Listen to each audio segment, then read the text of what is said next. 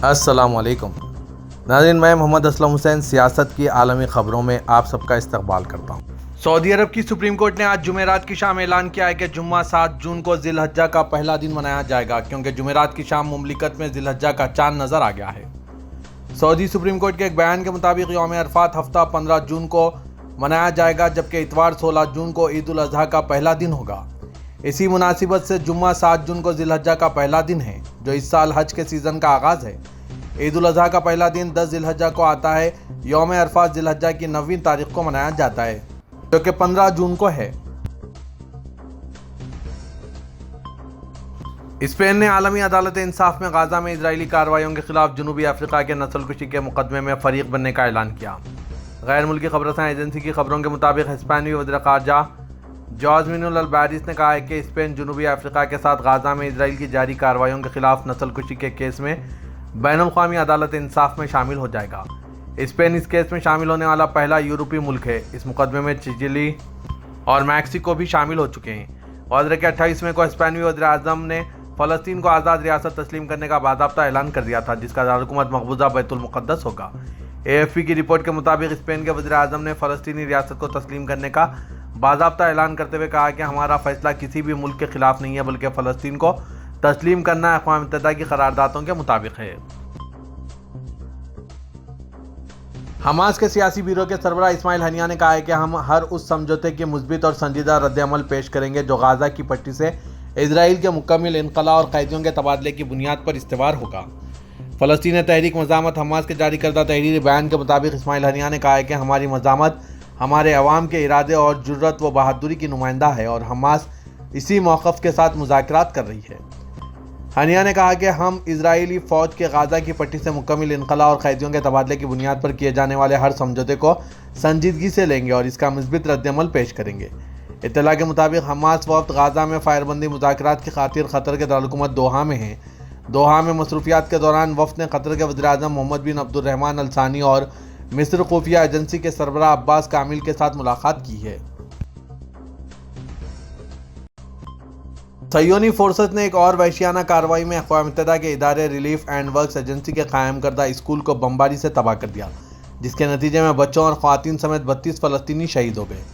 اسرائیل کی جانب سے فلسطینیوں کی نسل کشی جاری ہے۔ وسطی غزہ میں نصیرات پناہ گزین کیمپ میں قائم UNRWA کے اسکول میں بے گھر افراد نے پناہ لی ہوئی تھی۔ غزہ کے سرکاری میڈیا آفس کا کہنا ہے کہ خوفناک اسرائیلی بمباری میں درجنوں افراد زخمی ہوئے ہیں۔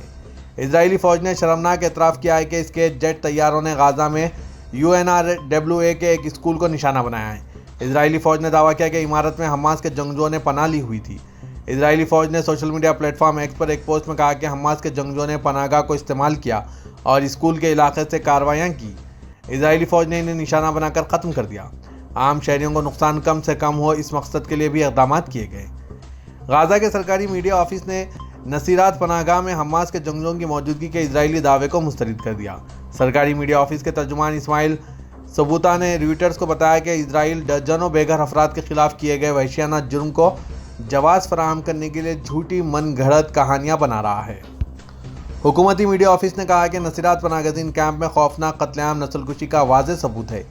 اسماعیل نے کہا کہ شہید ہونے والوں میں خواتین اور بچے شامل ہیں، جبکہ زخمیوں کی ایک بڑی تعداد اب بھی الاقصی شہداء اسپتال پہنچ رہی ہے، جو گنجائش سے 3 گنا زیادہ زخمی مریضوں سے بھرا ہوا ہے۔ فلسطینی فری لانس صحافی سیف قاسمی پر یہودی قوم پرستوں کے زیر اہتمام نام نہاد یروشلم ڈے فلیگ مارچ کے دوران نوجوان اسرائیلیوں کے ہجوم نے حملہ کیا۔ سیف قاسمی اس مظاہرے کی کوریج کر رہے تھے جو 1967 کی عرب اسرائیل جنگ میں شہر کے مشرقی سیکٹر پر اسرائیل کے قبضے کی یاد میں منایا جاتا ہے۔ ایک ویڈیو میں مبینہ طور پر خود قاسمی کی گئی ویڈیو میں نوجوان یہودی مردوں کا ایک گروپ صحافی کو لاتے مارنے اور گھونسے مارنے سے پہلے اسے گالی گلوچ کرتے ہوئے نظر آئے۔ AFP کے فوٹوگرافر حازم بدر نے حملے کی کچھ انتہائی ڈرامائی تصویریں لی ہیں۔ اسرائیلی جنگی کابینہ کے رکن بینی گینٹس نے کہا ہے کہ لبنانی سرحد کے قریب مقامی حکام کو جنگ کی تیاری کی ہدایت جاری کر دی گئی ہے۔ اسرائیلی نیوز چینل 12 کے مطابق انہوں نے لبنانی سرحد سے ملحقہ بعض بستیوں کے منتظمین کو کہا ہے کہ مشکل وقت آنے والا ہے، سب تیار رہیں۔ آج کی شکایت نہ کریں کیونکہ آنے والے دنوں میں زیادہ مشکل پیش آ سکتی ہے، جس کا نتیجہ جنگ کی صورت میں بھی ہو سکتا ہے۔ گزشتہ اتوار کے روز لبنان سے حزب اللہ کے داغے گئے راکٹوں سے شمالی اسرائیل کے بعض علاقوں میں آگ لگ گئی تھی۔ یورپی یونین کے رکن 27 ممالک کے 37 کروڑ 30 لاکھ رائے دہندگان آج سے 9 جون تک اپنے ووٹ کا استعمال کریں گے۔ سب سے پہلے ہالینڈ میں پولنگ اسٹیشن لگائے گئے ہیں اور ملک میں ووٹ ڈالنے کا عمل شروع ہو گیا ہے۔ 9 جون انتخابات کا مصروف ترین دن ہوگا۔ اس دن مزید 19 رکن ممالک کی انتخابات میں شمولیت سے 21 ممالک میں یورپی پارلیمنٹ کے 720 ممبران کے انتخاب کے لیے ووٹ ڈالا جا رہا ہے۔ بعض ممالک میں رائے دہندوں کے لیے عمر کی حد میں کمی کے بعد 18 سال سے کم عمر کے رائے دہندگان پہلی دفعہ ووٹ کا استعمال کریں گے۔ جرمنی، آسٹریلیا، بیلجیم اور مالٹا میں 16 سالہ اور یونان میں 17 سالہ ووٹر یورپی یونین کے مستقبل کا تعین کر سکیں گے۔ یورپی یونین کے یورو بیرومیٹر نامی سروے کے مطابق انتخاب میں شرکت کی شرح 60% رہے گی اور توقع ہے کہ جرمنی اور فرانس سمیت متعدد ممالک میں انتہائی دائیں بازو والے امیدوار سر فہرست رہیں گے اور اہم کامیابیاں حاصل کریں گے۔ خیال ظاہر کیا جا رہا ہے کہ انتخابات میں انتہائی دائیں بازو کی کامیابی یورپ کے سیاسی توازن میں بگاڑ کا سبب بنے گی۔ جرمن چانسلر اولاف شولز نے کہا ہے کہ سنگین جرائم کے مرتکب افغان اور شامی شہریوں کو جرمنی ملک بدر کیا جانا چاہیے۔ وفاقی پارلیمان میں اپنی تقریر کے دوران انہوں نے کہا کہ سنگین جرائم کرنے والوں کو ملک بدر کر دینا چاہیے، چاہے وہ شام اور افغانستان سے ہی کیوں نہ ہو۔ جرمنی میں سنگین جرائم پیشہ افراد اور دہشت گردی کے خطرات کی کوئی جگہ نہیں ہے۔ چانسلر نے ملک بدری کے ضوابط کو مزید سخت کرنے کی نشاندہی کرتے ہوئے کہا کہ جو بھی دہشت گردی کی حوصلہ افزائی کرتا ہے وہ ہماری اقدار کے خلاف ہے اور اسے ملک بدر کیا جانا چاہیے۔ واضح ہے کہ گزشتہ ہفتے مانیہام میں ایک افغان نژاد شخص کی جانب سے ایک پولیس افسر کو زدوکوب کرنے کے بعد ملک میں افغانوں اور شامیوں کو ملک بدر کرنے کا معاملہ زیر بحث آنے لگا ہے۔ سعودی وزارت خارجہ نے اسرائیلی قابض حکومت کے متعدد عہدیداروں، کنسٹ کے ارکان اور انتہا پسند آباد کاروں کی جانب سے مسجد اقصیٰ پر حملے کی مذمت کی ہے۔ سرکاری خبر رساں NC کے مطابق جاری بیان میں اسرائیلی حکام کے اس اقدام کی بھی مذمت کی گئی جس میں انتہا پسند آباد کاروں کو اسرائیلی سیکورٹی فورسز کے تحفظ میں اشتعال انگیز مارچ کی اجازت دی گئی۔ بیان میں کہا گیا ہے کہ یہ خلاف ورزیاں دنیا بھر کے مسلمانوں کے جذبات کو مجروح اور مشتعل کرنے کا سبب بن سکتی ہے، خاص طور پر جن حالات سے غزہ پٹی اور فلسطینی عوام گزر رہے ہیں۔ بیان میں اس بات پر بھی زور دیا گیا ہے کہ اس قسم کے منظم حملے بین الاقوامی قراردادوں کی صریح خلاف ورزی ہے۔ اس طرح کی کارروائیاں 1967 کی سرحدوں کے مطابق فلسطینی ریاست کے قیام کے ذریعے مستقل بنیادوں پر قیام امن کے لیے کی جانے والی کوششوں کی راہ میں رکاوٹ ثابت ہوں گی۔ سعودی وزیر دفاع شہزادہ خالد بن سلمان نے انڈونیشیا کے نومنتخب صدر سے ٹیلی فون پر رابطہ کیا۔ سرکاری خبر رساں NCSPA کے مطابق شہزادہ خالد بن سلمان نے صدارتی انتخاب میں کامیابی پر سوبیانتوں کو مبارکباد پیش کی جو وزیر دفاع بھی ہیں۔ انہوں نے نومنتخب صدر کی کامیابی، خوشحالی اور انڈونیشیا کے برادر عوام کی مزید ترقی اور خوشحالی کی خواہش کا بھی اظہار کیا۔ اس موقع پر دونوں ملکوں کے درمیان تعلقات کا جائزہ، فوجی اور دفاعی تعاون بڑھانے پر بھی تبادلہ خیال کیا گیا۔ رافع اور غزہ میں اسرائیل کے حملوں کے برخلاف استنبول کے آیا صوفیہ اسکوائر میں سے اسٹاپ کے نعرے سے احتجاجی مظاہرہ کیا گیا۔ نوجوانوں نے نماز مغرب آیا صوفیہ جامع مسجد کبیرہ میں ادا کی اور پھر چوک میں اکٹھا ہوئے۔ گروپ نے بینرز اٹھا رکھے تھے جن پر یہ تحریریں درج تھیں: مسلمان ظلم کے سامنے نہیں جھکیں گے، خاموش نہ رہو، نسل کشی کا فریق نہ بنو، اے لوگوں اور کتنے بچے مرنے چاہیے، فلسطین ضرور آزاد ہوگا، ہر جگہ فلسطین ہے، غزہ ہے، اسرائیل جنگی مجرم ہے۔ شہریوں اور علاقے میں موجود کچھ سیاحوں نے انگریزی اور عربی میں نعرے لگا کر اسرائیل کے خلاف رد عمل کا مظاہرہ کرنے والے نوجوانوں کا ساتھ دیا۔ اس مظاہرے کے ایک حصے کے طور پر قائم کردہ خیمے میں رافع میں اسرائیلی فوج کے حملوں میں اپنی جانیں گنوانے والے فلسطینیوں کی فرضی شبیہ بھی بنائی کر رکھی گئی تھی اور آگ کے ارد گرد بیٹھ کر علاقے کے مشکل حالات کی تصویر کشی کی گئی۔ اس دوران تقاریر میں اس بات پر زور دیا گیا کہ اسرائیل کے جنگی جرائم صرف فلسطین یا عالم اسلام کا نہیں بلکہ دنیا بھر کے باضمیر لوگوں کا مسئلہ ہے۔ روس کے صدر پوٹن نے کہا ہے کہ غزہ کے معاملے میں ترکیہ کے صدر رجب طیب اردوغان نہایت قابل قدر کوششیں کر رہے ہیں۔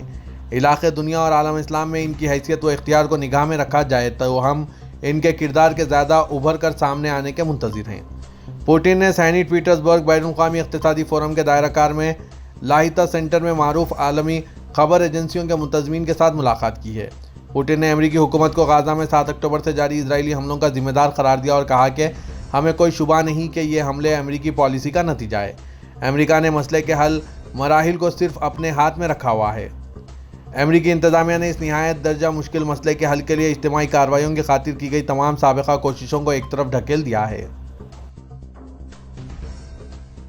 امریکی صدر جو بائیڈن نے ہندوستان کے وزیراعظم نریندر مودی سے ٹیلی فون پر بات کر کے انہیں اور نیشنل ڈیموکریٹک الائنس کو ہندوستان کے عام انتخابات میں فتح پر مبارکباد پیش کی۔ وائٹ ہاؤس کی طرف سے جاری کردہ ایک بیان کے مطابق جو بائیڈن نے انسانی تاریخ کے سب سے بڑے جمہوری عمل میں حصہ لینے پر ہندوستان کے لوگوں کی بھی تعریف کی، جس میں تقریباً 65 کروڑ لوگوں نے ووٹ دیا۔ بیان میں کہا گیا ہے کہ دونوں رہنماؤں نے امریکہ جامع اور عالمی اسٹریٹجک شراکت داری کو مزید گہرا کرنے اور آزاد، کھلے اور خوشحال ہند بحرکال خطے کے اپنے مشترکہ ویژن کو آگے بڑھانے کے لیے اپنے عزم پر زور دیا۔ دونوں رہنماؤں نے قومی سلامتی کے مشیر جیک سلیوان کے آئندہ دورے ہندوستان پر بھی تبادلہ خیال کیا تاکہ نئی انتظامیہ کو امریکہ اور ہندوستان کی مشترکہ ترجیحات پر شامل کیا جا سکے۔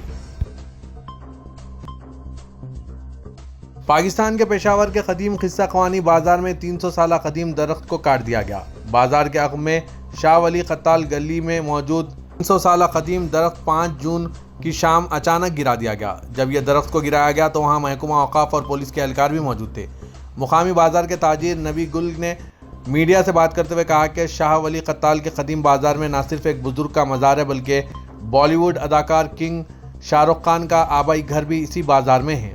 انہوں نے بتایا کہ تاریخی درخت 15 فٹ لمبا اور 5 فٹ چوڑا تھا اور اس کی شاخیں 50 میٹر تک پھیلی ہوئی تھی۔ ان کا کہنا تھا کہ اس درخت کے سائے میں مزدوروں کے علاوہ مقامی لوگ آرام فرماتے اور ایک دوسرے سے گپ شپ کرنے کے علاوہ یہاں بیٹھتے تھے۔ نبی گل نے کہا کہ افسوس کہ یہ درخت اب نہیں رہا جس نے اپنے سینے میں صدیوں پرانے پشاور کی تاریخ کو سمیٹا ہوا تھا۔ شاہ ولی قتال میں بالی ووڈ اداکار شاہ رخ خان کے والد تاج محمد خان کا آبائی گھر موجود ہے، جس کو دیکھنے بچپن میں شاہ رخ خان بھی یہاں کچھ دن رہنے کے لیے آئے تھے۔